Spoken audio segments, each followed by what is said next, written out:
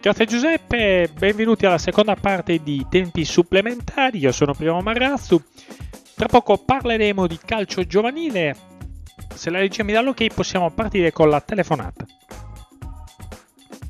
Questa settimana la nostra finestra sul calcio giovanile è fatta a Oristano, parliamo dell'Oristano Calcio, abbiamo un collegamento telefonico Giorgio Ricci, segretario della società oristanese. Buonasera Giorgio e bentrovato a Tempi Supplementari. Buonasera. Allora, parliamo dell'attività giovanile che anche quest'anno vi vede ovviamente protagonisti della città di Oristano, una partenza un po' difficile per le squadre allievi giovanissimi, come mai Giorgio?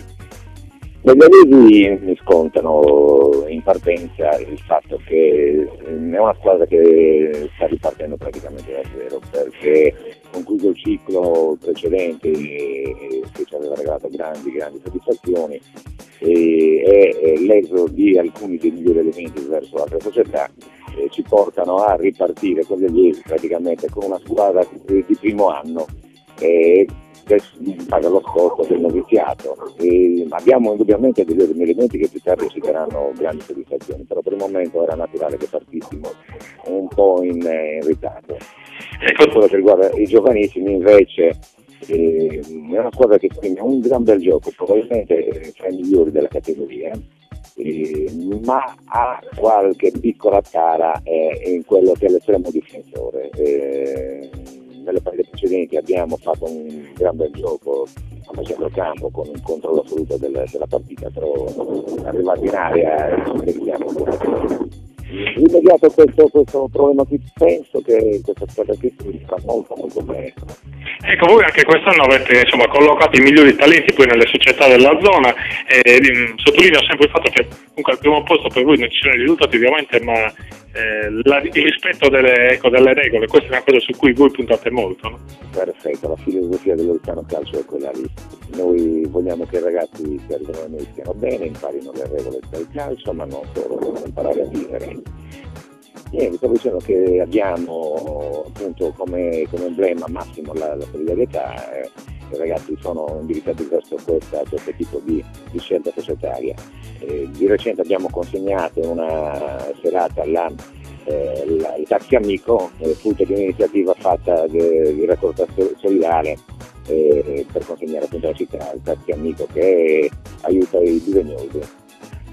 Certo, I ragazzi crescono sotto questo indirizzo qui. Il risultato è l'ultimo degli obiettivi che abbiamo. Certo. Ecco, ti chiedo anche una valutazione sul calcio giovanile regionale. Come valuti tu l'operato a livello regionale della federazione per quanto riguarda la regola per esempio dei play-off e dei play-out che anche quest'anno è stata adottata? Secondo te può servire a motivare i ragazzi fino all'ultimo o magari torneresti all'antica? Io penso che la formula perfetta non esista, è giusto che si faccia sperimentazione. Si troverà mai la formula esatta. Io penso che ogni formula porti comunque situazioni di disagio a qualcuno. Quindi non so se sia la formula perfetta, ci adattiamo. Certo. La cosa necessaria è quella, adattarsi a quelle che sono le iniziative della federazione, che poi dopo tutto ha la parola finale su quella che è l'attività. Certo. Per chiudere, Giorgio, ti chiedo di mandare un messaggio a tutti i giocatori dell'Oristano, magari un invito a non mollare in questa fase difficile della stagione, una partenza un po' a riletto che comunque potete superare brillantemente.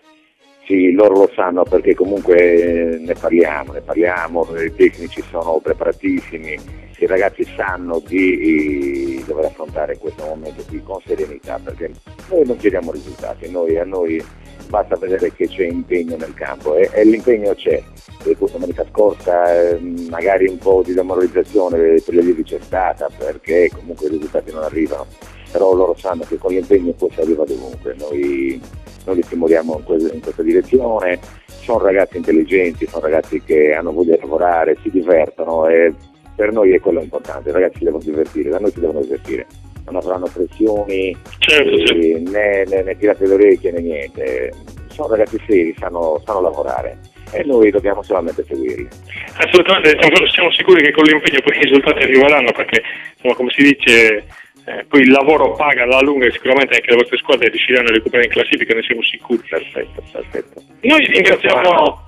Teniamo noi chiaro l'esempio lo scorso anno della San Paolo di Oristano. La San Paolo partì l'anno scorso in un modo simile al nostro, con pochissimi punti raccolti nelle prime partite. Il girone d'andata fu un pochino così, ma il girone di ritorno vinsero praticamente tutte le partite e arrivarono a giocarsi gli spareggi. Quindi Certo.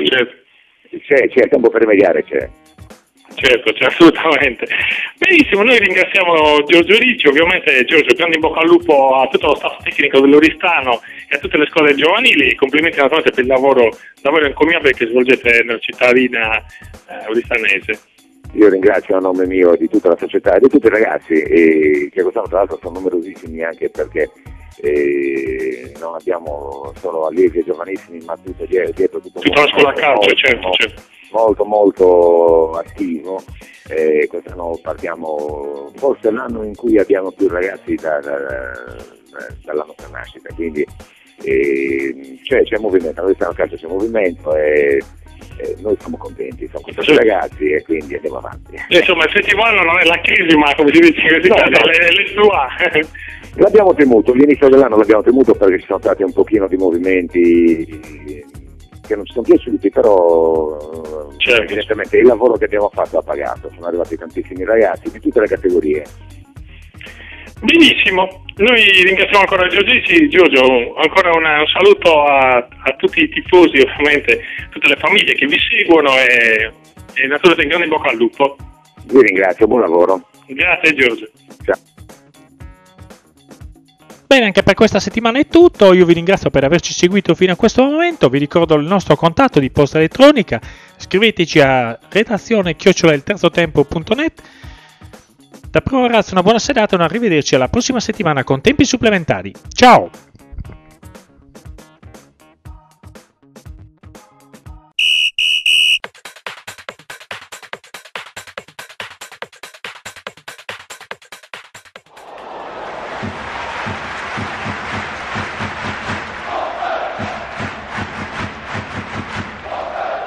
Tempi supplementari vi dà appuntamento alla prossima puntata.